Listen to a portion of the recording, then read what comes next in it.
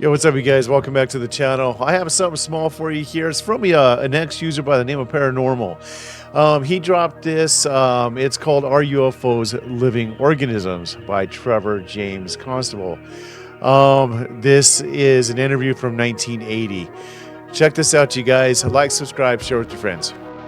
Amongst the things that I discovered, I feel that the most important is the establishment of two main classes of these objects. In other words, the introduction of what I consider to be the first qualitative element in the whole subject.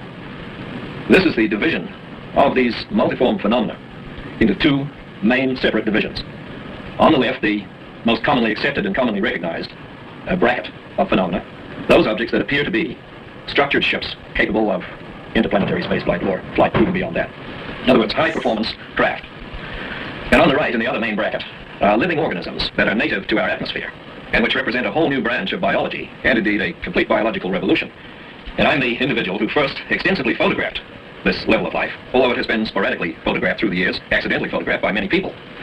And these days, even Kenneth Arnold, the man who first put the term flying saucers into the English language, he himself now accepts that these atmospheric fauna, for want of a better term, I call them the critters, that they constitute a very substantial body of the totality of what we now call UFOs. The crucial thing was the use of infrared film that is sensitive to heat as well as to light.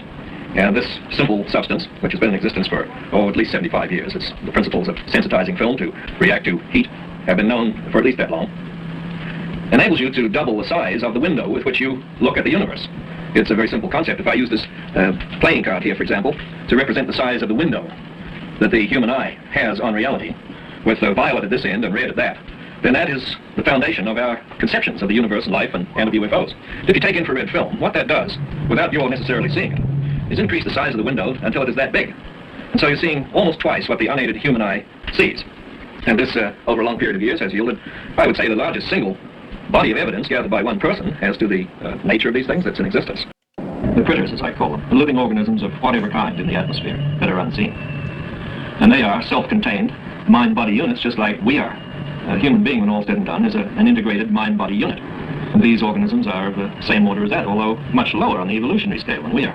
On the other side, you have what are obviously manned constructs. They are devices of some type that are propelled by manipulations of energy that we do not yet technically understand, and to which we are just beginning to gain fringe access.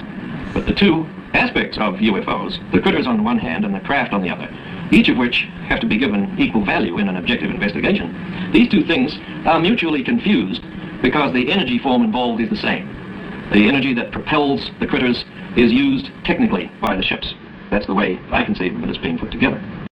All right, guys. So that was a quick, short one. What did you guys think of Trevor James Constable?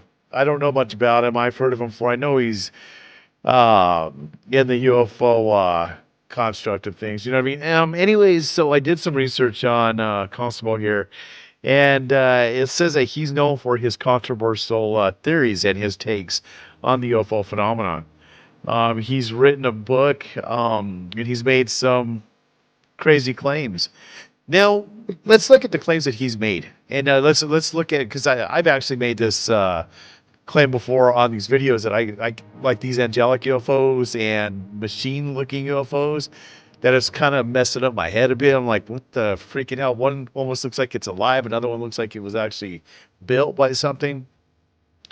And this guy's making this claim about the critters, right? And those, to me, kind of seem like the angelic UFOs that we see, like the Skywatcher, the octopus-looking one, and they almost look like they're alive. They don't look like craft. So I don't know. It's interesting because this was back in 1980, and they were making those. He was making those claims back then. So yeah, I found this quite interesting. I hope you guys found this as interesting as I did. And let me know what you guys think about his claims. What do you think about him in particular? Do you think he's a credible source? I think he made some interesting claims, and I think there's some truth to what he's saying. But that's just my opinion. You guys let me know what you think down below. You guys like, subscribe, share with your friends, and I'll catch you in the next one. So.